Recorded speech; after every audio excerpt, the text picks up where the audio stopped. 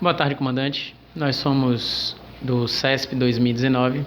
Viemos aqui na 16ª Companhia tratar sobre o trabalho de gestão de carreiras e pessoas.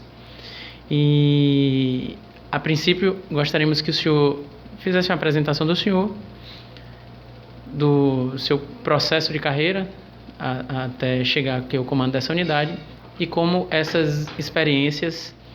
é que o senhor utiliza essas experiências na unidade, e fizesse também uma breve apresentação da unidade. Boa tarde, para mim é uma satisfação muito grande recebê-los aqui no âmbito da 16ª, em especial por terem sido alunos na época da minha passagem pela academia, então isso é muito gratificante. A gente percebe que ao mesmo tempo que a gente envelhece na carreira, a gente também vê as promessas se concretizando em grandes valores. Eu sou o Major Ibrahim, Ibrahim Souza de Almeida, aspirante em 1991. Assim que formei na academia, eu fui, por conta da minha classificação, escolhi o 8º Batalhão, por uma razão mais de ordem geográfica, né? Eu era morador ali do Monte Serrar e era muito próximo era a área de atuação do 8º Batalhão. Então, por conta dessa questão, eu inicialmente fui para lá, onde passei o meu aspirantado. À época nós tínhamos ainda o 2º tenente, né? Então, aspirantado, 2º tenente, 1º tenente, e só saí de lá em 2001, quando fui promovido a capitão. Fui promovido a capitão, cheguei, não sei se vocês lembram, até a ministrar algumas aulas na academia ainda como 1º tenente, e logo após fui promovido e também transferido para a academia. Na academia também passei um período, salvo engano, de 2001 a 2008, quando eu fui convidado pelo então comandante do COPM, o Coronel Boaventura. Trabalhei no COPM até 2012, janeiro de 2012, quando eu fui, já tinha sido promovido em novembro de 2011, e em 2012 fui nomeado comandante da 36ª Companhia Dias d'Ávila, que é na região metropolitana de Salvador. Passei lá cerca de 3 anos e 7 meses aproximadamente.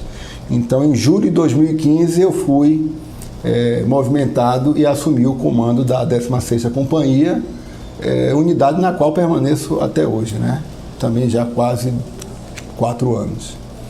E eu quero aproveitar essa oportunidade para dizer que é de grande valia esse trabalho, porque a gente percebe que não existe uma padronização, no fluxo de carreira dos oficiais.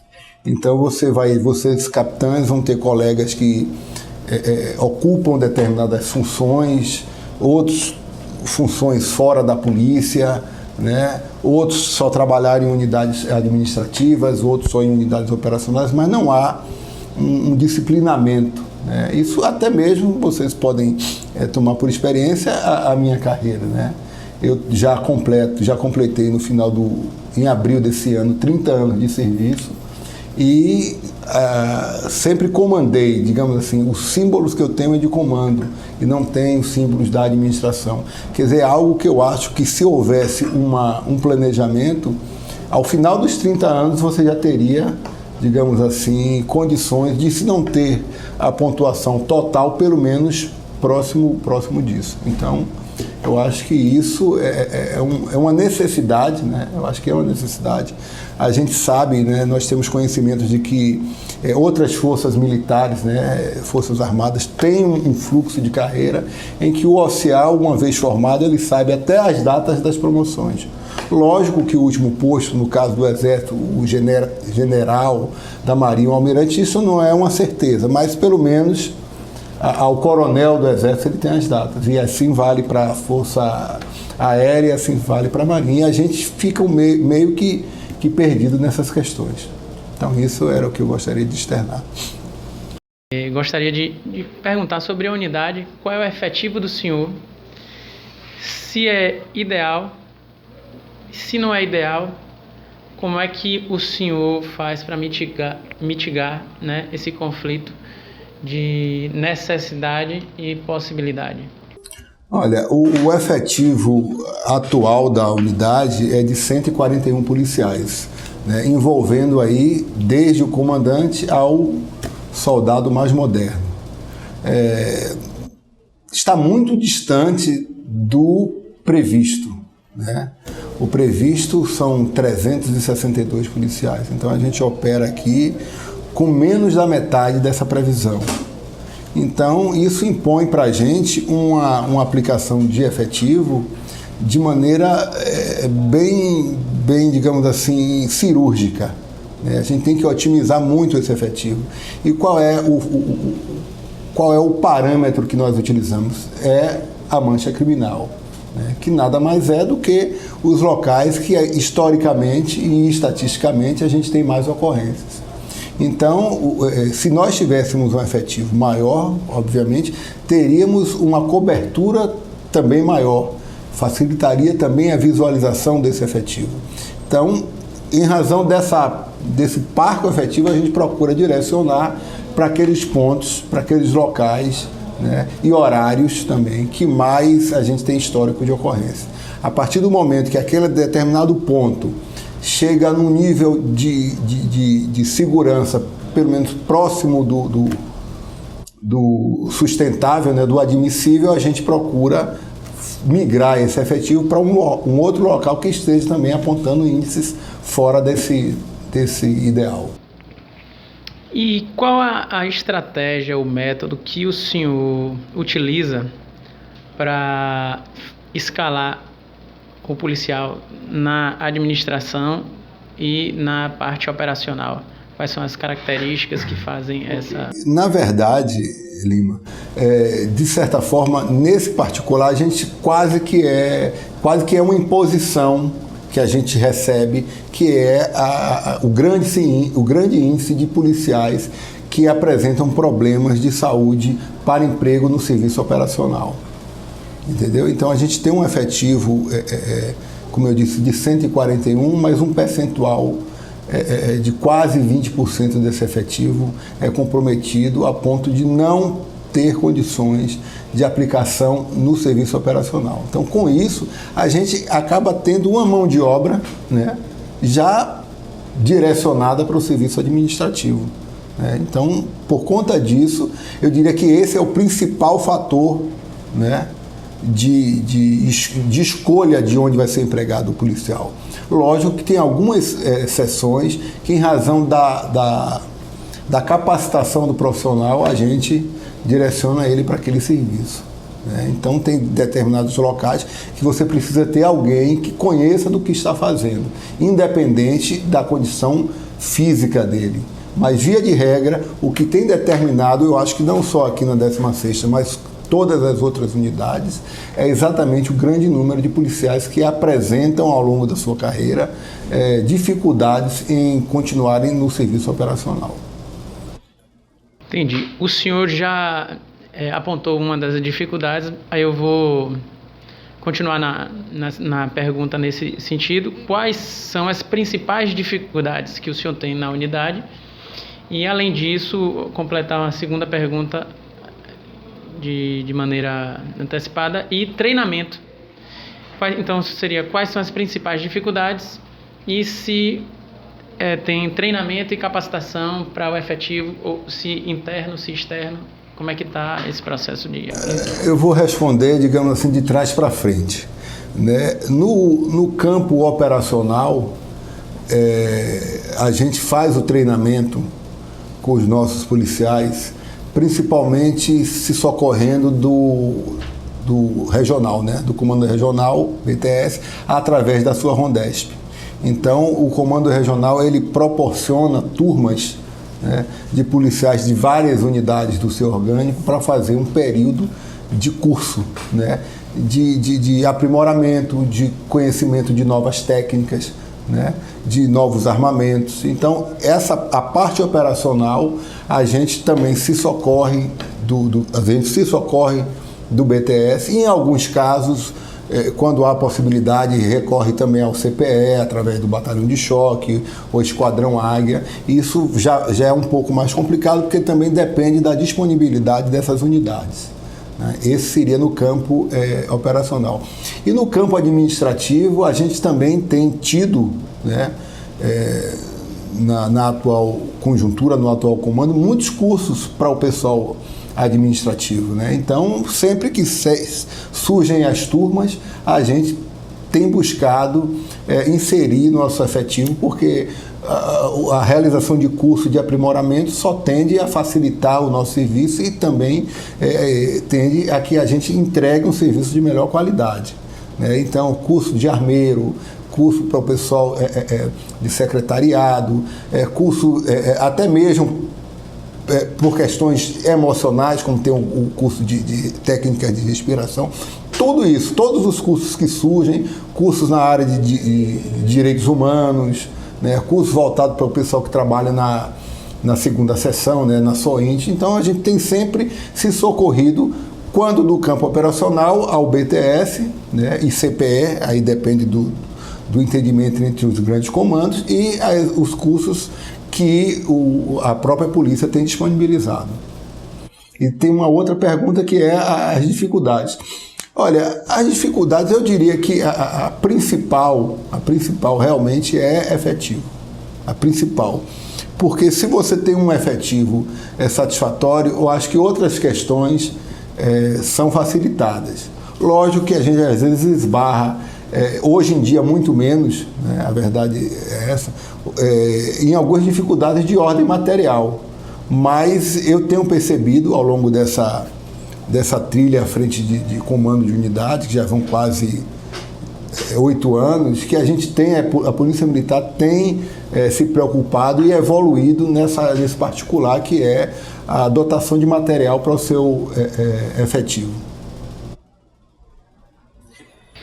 Comandante, Capitão Marcelo Neves, os policiais que são empregados nessa atividade de gestão de pessoas, ou no setor pessoal, ou no setor de suporte operacional, né? Esses profissionais, eles já receberam algum tipo de treinamento específico para essa atividade? Algum curso na área de gestão de pessoas como um todo? Ou, por exemplo, a questão do RH Bahia, que está sendo instalado agora, implantado agora, para o desempenho dessa atividade? Sim, eu diria até que, se não todos, quase todos os policiais que integram essas seções já passaram por esse curso. RH Bahia, o SEI, cursos também voltados para a gestão de pessoas. Então, nesse sentido, como eu disse, a polícia tem se preocupado, tem tentado capacitar, sim, o efetivo para esse serviço específico.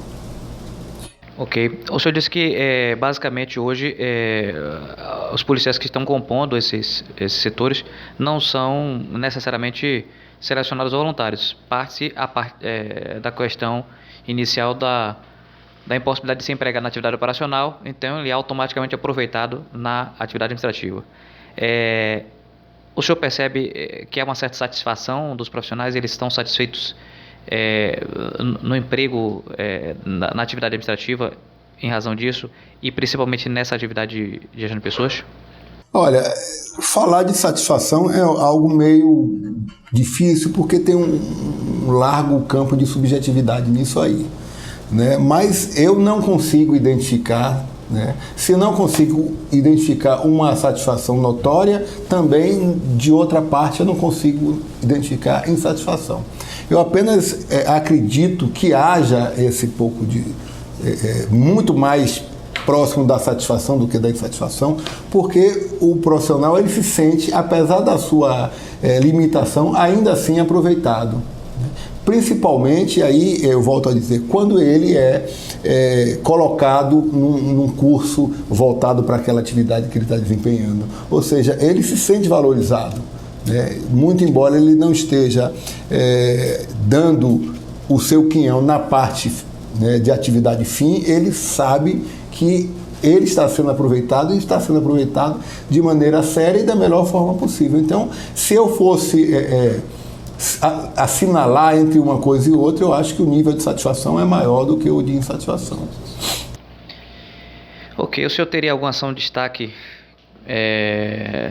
hoje para dizer na área de gestão de pessoas da unidade, alguma coisa que o senhor tem? Na área de gestão de pessoas, hoje a unidade tem isso, alguma iniciativa? Temos sim, temos algumas até. Né? A gente tem sempre tentado estimular o policial, seja ele operacional ou administrativo, com algumas premiações, lógico que não de forma graciosa, né? Com base nos parâmetros. Um dos parâmetros, por exemplo, é uma coisa que é do conhecimento de todos, que é uma prática da Polícia Militar, que é o policial padrão. Né? Então, o policial padrão do mês, ele tem, digamos assim, recompensa com folgas no serviço, né? Mesmo sendo serviço operacional, a gente se planeja para que haja um substituto à altura, né, da mesma graduação ou patente, mas que digamos assim, o escolhido ele possa realmente fazer jus a essa recompensa, né? Então a gente teve, por exemplo, nesse último mês, um capitão, que foi o chefe da SPO, e um coordenador de área. Ambos receberam, né, ou já gozaram ou estão em via de gozo dessa recompensa.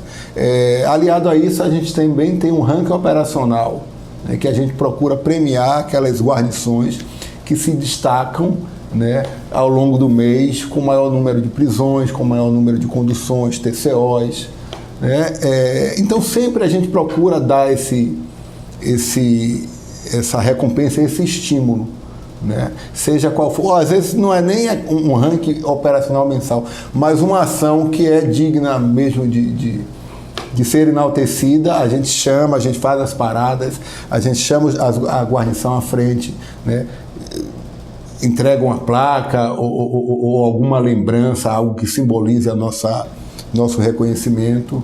Também homenageamos os policiais que ingressam na unidade, como a gente teve recentemente.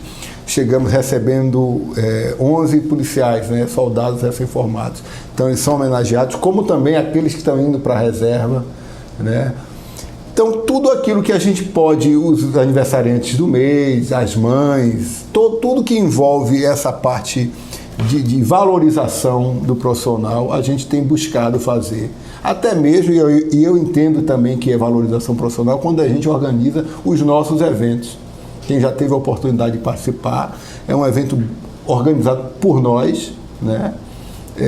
Bem organizado, me permita a pouca modéstia, e que é a oportunidade do policial vir comparecer com seus familiares, filhos, e o nível de satisfação é muito grande, dado inclusive o nível de adesão que nós temos a cada evento. Ok. E com relação à gestão de pessoas na corporação, como é que o senhor vê hoje? Olha, como eu disse anteriormente, né? A gente tem, eu acho que a Polícia Militar, enquanto instituição, ela tem evoluído bastante, né? O nosso comandante, o Coronel Anselmo, ele tem se preocupado com isso, né? Tem tentado resgatar algumas coisas que a gente, de certa forma, havia perdido ao longo do caminho.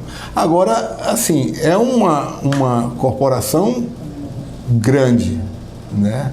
Então, eu acho que há evolução e que, às vezes, talvez em razão da magnitude, às vezes as pessoas não percebem.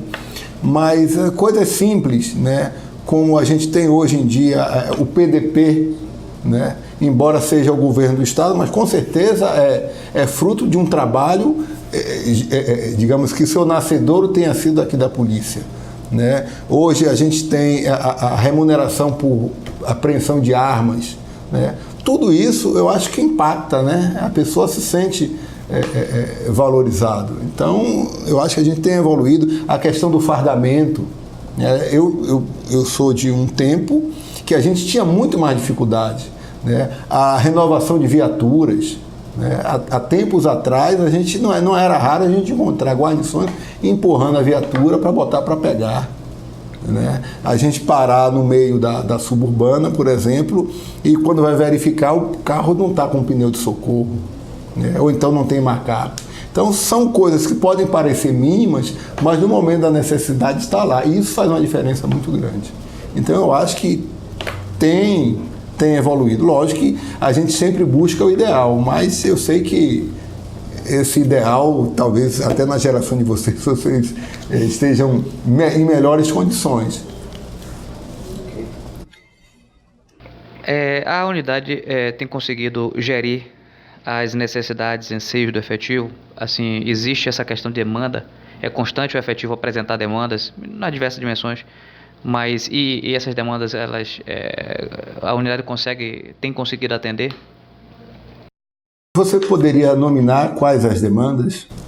Demandas tanto de ordem do trabalho, alguma, como o senhor acabou de colocar, né, uma necessidade às vezes de ter o equipamento lá, ou um equipamento, ou um armamento, EPI, um equipamento de proteção de segurança, ou também a questão de infraestrutura, se existe também alguma demanda, né, apresentada pelo efetivo. E também na área pessoal, demanda às vezes de algum problema familiar, o pessoal de saúde, essas demandas chegam com frequência na unidade? O senhor a unidade tem conseguido responder assim, de que maneira? Não, chegam sim as demandas nessas várias ordens aí chegam. Por exemplo, a gente tem geralmente uma demanda, né, que é por a questão de estrutural da unidade, né? Então, nós estamos hoje numa casa que é alugada e foi adaptada para se tornar um quartel. Então, às vezes, você tem uma demanda de ordem do tipo assim, um alojamento, né, não é o adequado, né, é meio apertado, assim, mas nada que inviabilize. Nada que inviabilize, a gente procura atender dentro do que é possível. É uma lâmpada que queimou, é um vaso sanitário que precisa desentupir. Isso a gente, dentro da nossa capacidade, a gente tem atendido, certo? De ordem pessoal, eu acho que também. Lógico que tem questões que a gente tem que também saber distinguir até que ponto é viável o atendimento daquele pleito ou não. Eu falo, por exemplo, a gente tem, só para vocês entenderem o que eu quero dizer, existem policiais que estudam, né? E às vezes fazem alguns pleitos que, no meu entendimento, não são cabíveis. E o que é que eu digo para ele? Olha, vocês são policiais que estudam e não estudantes que trabalham. Então, até o momento que eu puder conciliar a sua escala, sem que você tenha um prejuízo, né, e sem que a administração tenha um prejuízo, a gente vai atender. Agora, a partir do momento que você subverte essa ordem, né, aí a gente já dá uma trava. Entendeu? Então, assim, são questões que são ditas de maneira muito claras, né, para que o policial ou a policial entenda que existem coisas que não podem ser feitas, né, por conta dessa questão, digamos assim, de prioridades. Né? E no aspecto pessoal, né, de familiar, de saúde, isso aí, tudo que está ao nosso alcance, a gente também procura atender, a gente também se socorre muito do CEVAP, né, que tem sido muito atuante com o seu plantão. Né? Então a gente tem buscado. Né? Tem buscado, lógico que tem questões que não dependem só da gente, né? Dependem inclusive até do próprio policial, né? Alguns que são dependentes químicos do álcool, né? Problemas de ordem também psicológica. Assim, a gente vai até um determinado momento. A partir dali, se não tiver um suporte familiar e também a vontade do policial, aí pouco a gente tem para fazer. Comandante, processo de transferência de policiais militares, saída, chegada, o senhor tem alguma dificuldade, muita dificuldade nesse processo? Consegue atender boa parte ou a maioria dos pedidos de ingresso ou de saída? Não consigo atender. Né? Pedido de chegada não existe praticamente, porque o pedido de chegada talvez seja o pedido de saída de alguma unidade, né? E como a gente não tem esse controle, né? Não é algo que você controle, olha, eu vou transferir 2 policiais porque vou receber 2. Essa administração fica, pelo menos aqui em Salvador, com o subcomando geral. Né? Então eu não tenho como dizer assim, olha, um exemplo, você é um policial que trabalha comigo e fundamenta um pedido de transferência. Se for por permuta, já é um facilitador.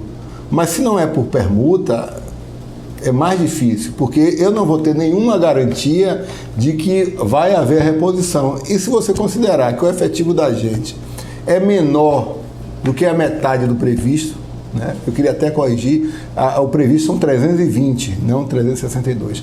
320. Então, eu não posso me dar o luxo de fazer isso. Boa tarde, comandante, capitão Giovanni. Continuando aqui o nosso processo, eu tenho uma pergunta para o senhor no que diz respeito à gestão de pessoal da escala de serviço. A gente sabe que na unidade nós temos várias escalas de serviço, né, tipo, né, 24 horas, 12 horas, 6 horas. Eu queria saber se isso aqui para o senhor é um problema e se tem dificuldade na gestão desse processo das diferentes escalas de serviço na mesma OPM. Não tenho tido problemas, não. Existe o disciplinamento através da portaria 067, né, que ela estabelece quais as escalas de serviço a serem adotadas pela corporação. E eu não tenho esse problema, né? A verdade é que, a depender do serviço, a gente vai adotar uma daquelas escalas ali elencadas. Então, não existe essa questão, né, de dificuldade. Certo. Com relação ao desempenho disciplinado do efetivo, o senhor tem problemas de gestão nesse item aqui na OPM, muitos procedimentos, e se tiver, quais são os principais motivos que geram esses procedimentos administrativos? Olha, eu diria que, comparativamente com outras unidades, eu tenho um percentual muito pequeno de apurações, né? Seja ela sindicância, PDS, o mesmo IPM. Tanto é que, atualmente, a nossa corregedoria está com zero solução para ser feita, né?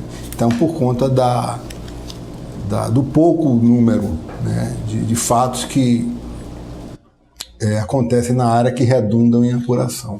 E as que tem, às vezes, é por conta de alguma queixa de abordagem, né? Às vezes o cidadão entende que a guarnição foi um pouco ríspida além da conta, né? Então, essas são as maiores queixas em relação ao efetivo.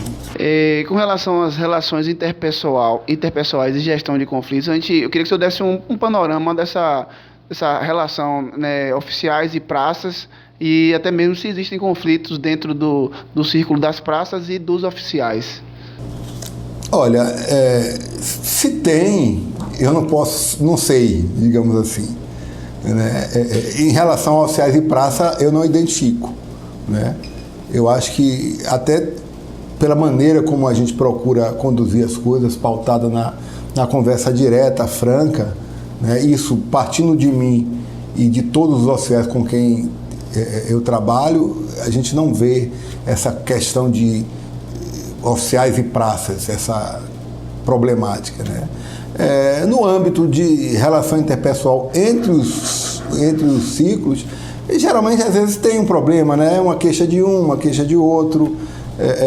Algumas, às vezes, as meninas, uma discute um pouco com a outra, o homem, um discute com o outro, mas nada que seja um empecilho, entendeu? Lógico que sempre vai ter. Você une pessoas, até no âmbito de sua família, que é um núcleo, via de regra, bem menor, você tem problemas, né? Mas nada que extrapole, né, o profissionalismo, porque aí, na verdade, a gente tem que entrar e dar o direcionamento que tem que ser dado, entendeu? Mas problemas, como eu disse, talvez uma picuinha ou outra, com certeza vai existir, mas nada que interfira, né, que torne inviável a execução das nossas missões.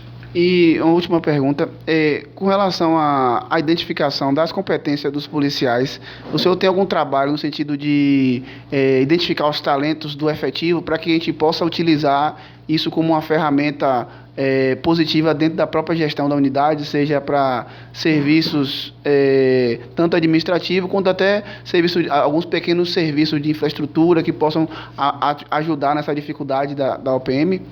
Sim, eu diria que esses talentos, como você colocou, eles surgem, eles brotam naturalmente e são de pronto identificados, né? Quando eu respondi a questão da utilização do emprego do emprego, melhor dizendo, do efetivo administrativo, eu pontuei, olha, em alguns casos, a gente, em razão da capacitação do profissional, a gente, mesmo que ele não tenha problema de ordem médica, ele vai trabalhar em determinada seção.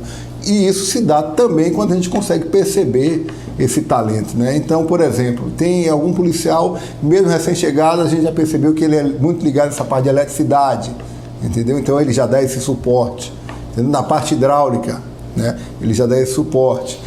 O policial conhece muito da parte de informática, então a gente procura aproveitar, né? Dando a ele a oportunidade de colocar em prática, né, o conhecimento dele e pelo nosso lado a gente também extraindo esse potencial em favor da unidade. Comandante, Capitão Boaventura, continuando nesse ponto aí de relacionamento, né, interpessoal, o senhor tem, juntamente com os oficiais, realizado algum tipo de ação para fortalecer a interação entre eles? Sim. Como eu disse também há pouco tempo, nos momentos dos congraçamentos, né?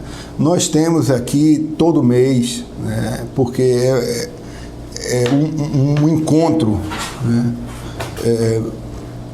Que é uma parada, né? Na qual a gente convida os policiais que estão na folga, e nesse momento, inclusive, a gente faz esse congraçamento, né? Como eu coloquei antes, dos aniversariantes do mês, dos policiais que chegam, dos policiais que saem, dos policiais que tiveram alguma ação exitosa. Afora a parada, nós temos o café da manhã, em que todo mundo cotiza, né, e toma o café aqui numa determinada data, né? Às vezes a gente comemora aniversários também na unidade, compra torta, tudo aquilo que eu acredito que vocês conheçam também, né? Então a gente procura sempre dar, digamos assim, uma quebrada, né, no aspecto formal, né? Então a gente sabe que em determinados momentos a gente precisa também de um pouco de relaxamento para que a gente tenha, assim, digamos assim, uma rotina mais leve, mais suave. O senhor identifica algum problema assim, na gestão de pessoas na unidade e que o senhor assim, poderia fazer para melhorar esses problemas? Olha, como eu disse, eu acho que dentro das nossas possibilidades, né, e também à medida que a gente identifica, a gente tem feito. Né? Tem feito. Lógico, como eu falei, tem algumas questões que extrapolam a nossa competência. Né? A gente tenta administrar da melhor forma possível, mas a gente tem uma limitação. Por exemplo, quando se trata de transferência de policial, de alguns pedidos também que extrapolam o nosso poder de decisão. A gente não tem como fazer. A gente explica, orienta, né? Às vezes dá até o encaminhamento, mas não dá a solução. Então a gente tem tentado fazer com que as pessoas pelo menos se sintam acolhidas, mesmo quando não tem a solução do seu problema. Pelo menos eu acredito até que só o fato de você colocar a pessoa para que ela fale e você ouça já é um ponto positivo, né? Independente da solução. Se a solução vem, ótimo, mas se não vem, a pessoa já se sente prestigiada. Né? Então a gente tem tentado fazer com que as pessoas tenham, digamos assim, o prazer e a satisfação de a cada dia vir para o trabalho e saber que está contribuindo, né? Porque a gente faz história quando a gente está trabalhando, que está contribuindo para isso.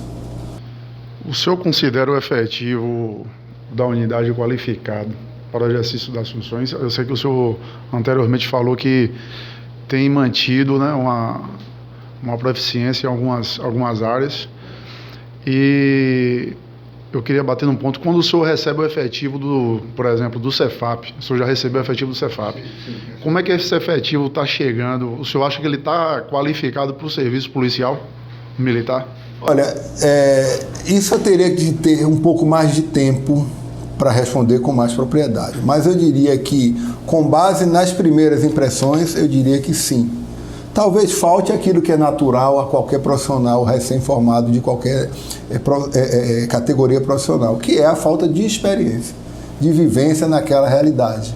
Mas, assim, em linhas gerais, eu diria que está em níveis aceitáveis. Agora, para que eu tenha uma resposta mais, digamos assim, aprofundada, eu precisaria de um tempo maior para dizer, olha, está no nível X, né, num percentual, um exemplo, de próximo dos 100%. Isso aí precisaria de tempo. Como eu sei também que no universo de 11, foram 11 que eu recebi, nem todos vão estar dando a mesma resposta, né? E aí a gente procura fazer o nivelamento para que a gente tenha realmente uma padronização de procedimentos. Só a gente gostaria de agradecer em nome da equipe, né, o senhor Major, pela disponibilidade em nos atender nessa sexta-feira e dizer que esse trabalho ele vai servir como modelo, né, para nossa corporação, e a gente espera, nesse processo do SESP, poder contribuir em algo que possa acrescentar para a corporação e melhorar nos anos vindouros que se aproximam. Não, eu que agradeço, como eu disse logo no início da minha entrevista, eu acho que o caminho é esse, né? A gente precisa estudar, explorar mais a nossa corporação no sentido positivo, né? Como eu falava, a gente já evoluiu bastante, né? E todo trabalho que busca uma evolução é mais um estímulo para que a gente continue tentando fazer com que a corporação seja maior do que ela já é. Então eu que agradeço, parabenizo ao Tenente Coronel Leone pela iniciativa e pelo tema, porque não só eu, como todos nós, sabemos que o nosso fluxo de carreira é algo que precisa ser melhor avaliado para que não haja tantas distorções dentro de um mesmo posto ou dentro de uma mesma graduação. Então, se a gente consegue resolver isso, a gente acaba também dando para o policial um certo conforto, né? Ele não fica sobressaltado, poxa, eu tenho que trabalhar em tal lugar, eu tenho que fazer isso. Não. Ele sabe que aquilo ali já está previamente estabelecido, né? Pelo menos em linhas gerais. Então eu volto a agradecer a presença de todos e sucesso no trabalho.